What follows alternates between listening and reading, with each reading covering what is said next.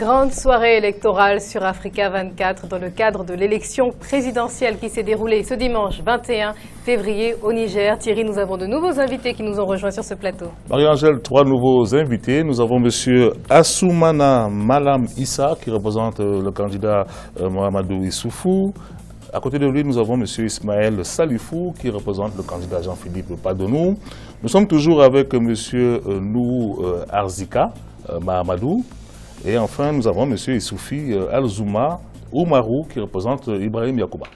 Alors, M. Issa, dites-nous d'entrée de jeu, comment vous avez vécu cette journée de vote? Comment s'est-elle déroulée selon vos observateurs qui étaient déployés sur le terrain? Je profite pour vous dire bonsoir et dire bonsoir aux téléspectateurs. Effectivement, c'est une journée particulière parce qu'elle était attendue de tous. Et dès le réveil, le premier souci, c'est d'aller à son bureau de vote pour consacrer ce droit et ce devoir citoyen. Et elle a commencé, je dois l'avouer, par une frayeur, par un petit stress lié au fait que les bureaux de vote dans beaucoup de centres n'étaient pas ouverts à temps. Et heureusement, par la suite, les choses sont rentrées dans l'ordre dans la plupart des centres, en tout cas, et même à l'intérieur du pays, malgré que la logistique a fait un peu défaut par endroits.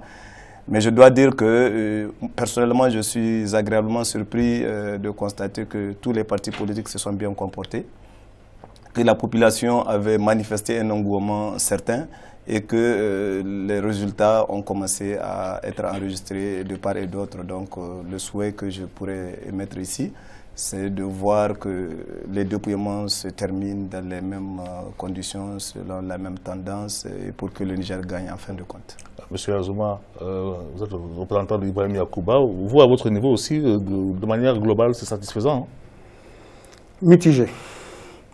Mitigé pour être honnête, parce que si au début, ça fait plaisir de voir que les gens sont déplacés en masse pour aller voter, que les gens ont attendu patiemment que les bureaux ouvrent. D'un autre côté, on s'est rendu compte que les bureaux ont ouvert un peu tardivement, plusieurs bureaux, presque tous les bureaux. Deuxièmement, en pleine opération de vote, on a constaté que parfois il y a des bulletins de certains candidats qui manquent. Et malheureusement, il y a des opérations de vote qui ont dû être suspendues parce qu'il n'y avait pas suffisamment de bulletins de vote. Alors, M. Salifou, que retenez-vous de cette journée du 21 février? Tout d'abord, je voudrais saluer tout le monde ici présent et puis aussi les téléspectateurs. Je voudrais remercier aussi Africa 24 de nous avoir donné l'occasion de nous exprimer ici et de faire un peu le point de la situation de la journée. Voilà. Au niveau du CDP, nous avons remarqué juste une première chose, je vais revenir en arrière, c'est à propos de la distribution des cartes. Je pense que tout a commencé d'abord là. Il y a eu un gros désordre au niveau du CFEB. Les cartes n'ont pas malheureusement été distribuées vers les destinataires à temps. Il y a eu aussi donc un grand nombre de cartes d'électeurs qui n'ont pas pu être retirées et qui malheureusement ont été retournées à la CENI. Ça représente déjà un gros handicap pour ces élections. Deuxièmement, je vais revenir quand même sur ce que mon prédécesseur a dit, c'est les bulletins manquants au niveau de certains bureaux de vote. Il y a eu des bulletins qui manquaient. Malheureusement, ça a bloqué le processus. Il a fallu faire venir encore ces bulletins au niveau des bureaux. Le deuxième point, le deuxième handicap aussi, voilà, troisième point, pardon. On va s'arrêter là-dessus. Le troisième handicap, c'est effectivement le retard dans l'ouverture des bureaux de vote. Nous avons des bureaux qui ont ouvert à 11h, des bureaux qui ont ouvert à 13h. Je crois que c'est assez désagréable déjà pour les files d'attente, parce que les Nigériens étaient quand même sortis massivement, ça il faut le dire, par rapport aux autres scrutins qui sont passés dans ce pays. Il y a eu vraiment un vote massif et donc un éveil, je pense, de la population concernant le droit de vote. Alors nous avons un élément d'illustration toujours, Thierry, n'est-ce pas? Oui, Marie-Angèle, effectivement, notre envoyé spécial Sadou Alizé Mokhtar était sur le terrain. Il a constaté effectivement qu'il y a des bureaux de vote qui n'avaient pas ouvert au moment où il passait sur place. Il y avait eu du retard. Il a suivi aussi Amadou Boubacar Sissé, le candidat de l'UDR Tabat, qui a voté dans son quartier du 1er arrondissement de Niamey. Au Niger, certains bureaux de vote ont ouvert avec un retard. À Niamey, la capitale, l'opposant Amadou Boubacar Cissé, président de l'Union pour la démocratie et la République, UDR Tabat, candidat à l'élection présidentielle, a voté à 10h35 au bureau de vote 83 dans le 1er arrondissement. Nous sommes très heureux ce matin d'accomplir notre devoir de citoyen. Effectivement, je constate aussi avec beaucoup de plaisir que le bureau de vote est déjà rempli, ce qui montre qu'il y a un engouement très fort des populations. Et nous sommes tout à fait confiants et sereins que l'expression populaire que nous voyons ici se retrouvera aussi dans les suffrages qui vont être effectivement exprimés. 7,5 millions de Nigériens sont appelés à élire un nouveau président et 171 députés. Les électeurs se sont mobilisés ce 21 février pour accomplir leur devoir civique malgré le retard à l'ouverture de la plupart des bureaux de vote. Il faut commencer par déplorer le retard d'1h30 qu'on a observé ici pour voir ouvrir les bureaux de vote. Et à ce retard aussi s'ajoute une certaine lenteur dans le déroulement des opérations. On a quitté le matin, bonheur, venir ici, trouver qu'ils ont mis du retard, hein? Vraiment du retard, presque 2 heures de temps avant de commencer. Oui, je pense que c'est un vote exemplaire qui se passe dans le calme, la sérénité, une discipline affermie qui permet de donner aux électeurs l'occasion vraiment de manifester leur engouement et leur désir de s'exprimer librement. Apparemment, les membres du bureau sont très bien formés et on espère que ça va se passer dans la transparence totale et que les gens respecteront aussi le verdict des urnes. 15 candidats briguent la magistrature suprême du pays. Issoufou Mahamadou, président sortant, candidat à sa propre succession, a voté ce 21 février 2016 à l'hôtel de ville de Niamey, réservé aux officiels. Nous, Arzika, on a vu les files d'attente des électeurs qui, justement, attendaient de pouvoir remplir leur devoir civique. Mais s'ils le font, c'est avant tout pour se choisir un président. Qui va diriger durant les 5 prochaines années le Niger. Quels sont les chantiers principaux de ce prochain président? En fait, il faut bien le dire par rapport à l'engouement qu'on a vu. Et je vous l'ai dit tout à l'heure, c'est que cet engouement-là a été contrarié par justement la mauvaise organisation qui a fait que les gens étaient frustrés. Il y en a même qui sont partis. Ils sont repartis à la maison. Après 3 heures, 4 heures d'attente, on se demande où ça va se passer. Donc les gens sont repartis. Nos observateurs qu'on a envoyés sur le terrain, ils étaient en communication permanente avec nous. On a une salle de veille, de suivi de tout ce qui se passe un peu partout sur le territoire. Donc ça, c'est un problème qui est une préoccupation. Mais comme je vous l'ai dit tout à l'heure, c'est très important. Les élections, nous avons compris au Niger, c'est en toute responsabilité que le peuple nigérien a choisi d'aller à la démocratie. Il a choisi la démocratie comme mode d'organisation politique des pouvoirs publics. Nous avons décidé de lutter contre le régime d'exception. Mais là, M. Arzika, vous ne répondez pas à ma question. Je suis en train de répondre à votre question, parce que le chantier, c'est d'abord consolider la démocratie. Voilà. Le chantier, c'est d'abord ça, consolider la démocratie, faire en sorte que les mœurs, nos mœurs démocratiques soient policées de manière à ce que chaque citoyen puisse, le jour du vote, avoir la possibilité d'exprimer son truc. Ensuite, pour les chantiers, pour tout ce qu'on attend de celui qui sera le futur président, je crois qu'on a fait un entretien avec vous, on vous a expliqué, en ce qui nous concerne, les préoccupations du peuple nigérien, c'est d'abord que nous ayons un gouvernement pour le peuple nigérien. Un président de la République pour le peuple nigérien, pas pour ailleurs. Un président qui sera un président qui va travailler pour les Nigériens et qui va défendre la souveraineté du Niger, qui va défendre l'indépendance du Niger et qui va travailler à faire en sorte que le Niger, le peuple nigérien, soit satisfait du résultat auquel il va... Monsieur Issa, vous, à votre niveau, les enjeux, le président qui va être élu, vous êtes déjà au pouvoir, hein? Oui, non, mais je pense que par la grâce de Dieu, on est au pouvoir et on va le rester dans 48 heures, 72 heures, ça va être confirmé, Inch'Allah. Et je pense que pendant toute cette campagne, notre président a dévoilé aux Nigériens ce qu'il propose de faire les 5 prochaines années, bien entendu après avoir démontré ce qu'il a été capable de faire pendant les 5 ans passés. nous pensons que la priorité que le président de la République, Issoufou Mahamadou, candidat à sa propre sélection, a prise en main, ce sera la renaissance culturelle. C'est le premier chapitre de notre programme de Renaissance 2. C'est-à-dire, il y a beaucoup de choses qui sont faites sur le plan des infrastructures, beaucoup de choses qui sont faites sur le plan des secteurs sociaux de base, mais il s'est avéré que du point de vue de la mentalité, du point de vue du comportement, il y a beaucoup d'attitudes qu'il faut changer. Donc le président dit qu'il va essayer de mettre l'accent sur la renaissance culturelle pour que les Nigériens changent de comportement vis-à-vis de soi-même, en ayant confiance en soi, mais aussi vis-à-vis du bien public et vis-à-vis aussi des institutions de la République. Donc ça, c'est le premier chantier que le président de la République va s'atteler à mettre en œuvre. Premier chantier, ensuite, donc on va rester dessus parce qu'il faut aussi passer la parole aux autres personnes sur ce plateau. Monsieur Salifou. J'allais juste... Oui, monsieur Salifou, on va revenir. Monsieur Salifou, alors, développer l'économie, éradiquer la menace islamiste, moderniser l'armée, les services de sécurité, tous ces chantiers-là sont prioritaires. Mais effectivement, je suis d'accord avec vous. Nous sommes dans un pays où en fait tout est à faire. Tout est à arranger, tout est à développer parce que malheureusement, nous avons les secteurs sociaux de base qui ont été plus ou moins délaissés. La santé, l'éducation. Je commence d'abord par eux parce que c'est les secteurs prioritaires pour qu'un pays se développe. Il faut déjà que nous ayons une éducation pour nos enfants et les gens en bonne santé, premièrement.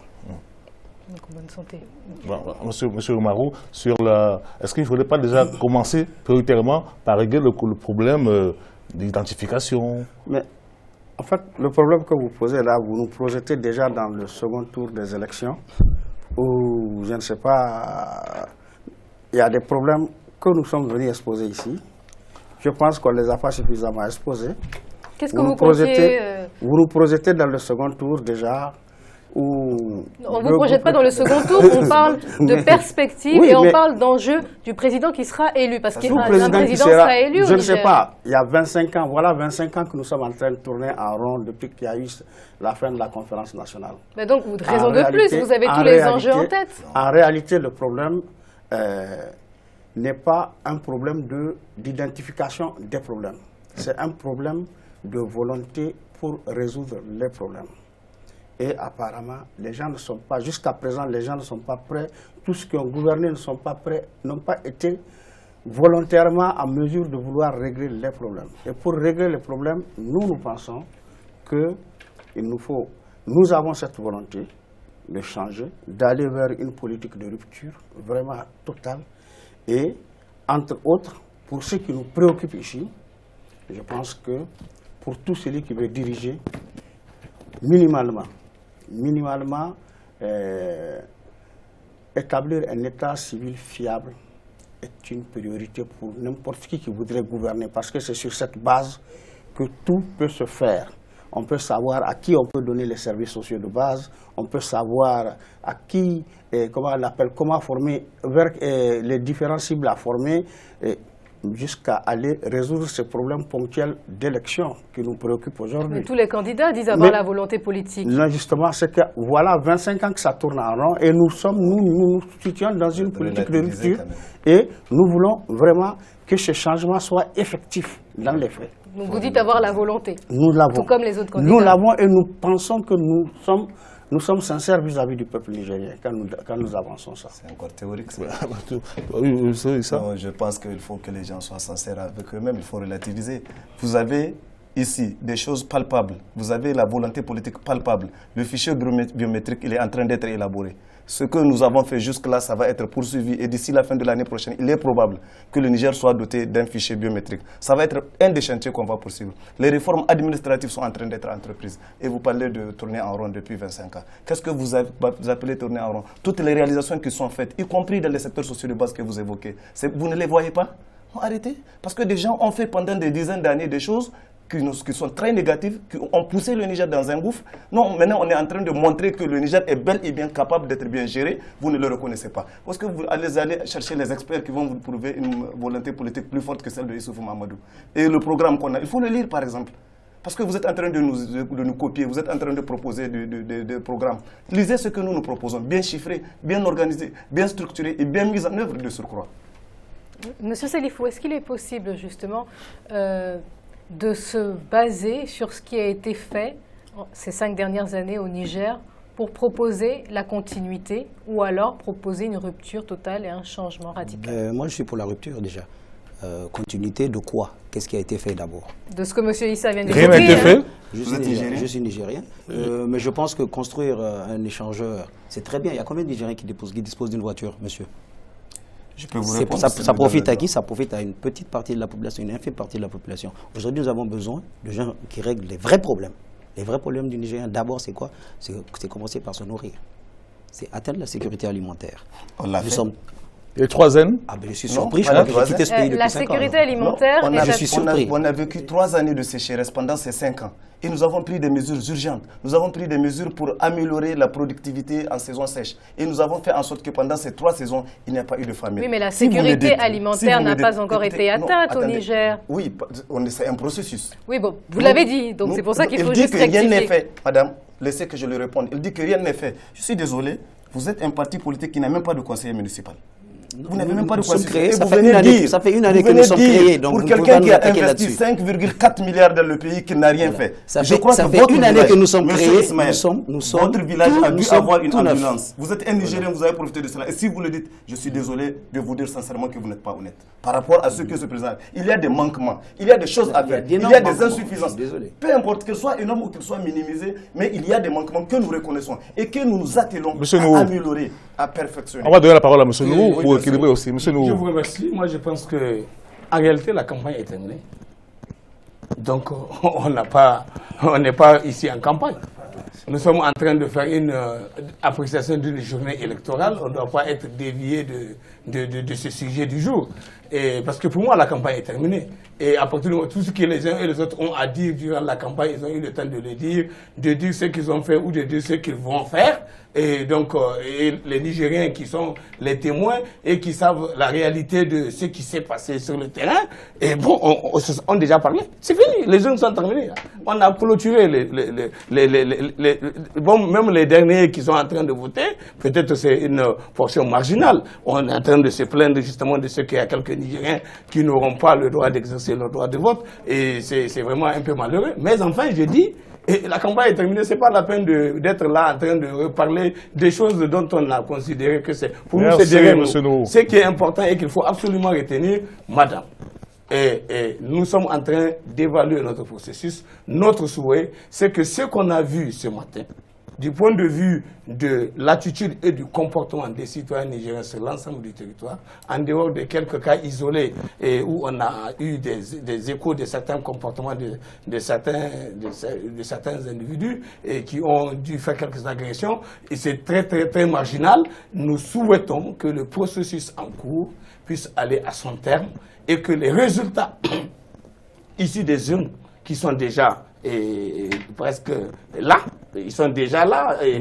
dans le fait, c'est juste maintenant les dénombrer, les compter, les agréger pour savoir exactement qui a été l'élu du peuple nigérien et qui sont les élus du peuple nigérien. Ça, c'est déjà terminé. Donc, pour moi, c'est à cela qu'on doit s'atteler. Et si j'ai quelque chose de moi à dire, ce n'est que sur ça. Maintenant, Monsieur Arzika, voilà. Merci pour cet argumentaire. Nous arrivons au terme de ce débat, donc. Et oui, déjà, comme on vous le disait, le temps passe vite. Donc Thierry va vous remercier. Voilà, on va remercier donc M. Assoumana Malam Issa, qui représentait le candidat Mamadou Issoufou, M. Ismaël Salifou, qui représentait Jean-Philippe Padonou, M. Nou Arzika Mamadou, et enfin M. Issoufi Alzouma Oumarou, qui représentait Ibrahim Yacouba. Merci à vous, chers invités, d'être venus sur ce plateau. Chers téléspectateurs, restez avec nous. On se retrouve dans quelques minutes. À tout de suite.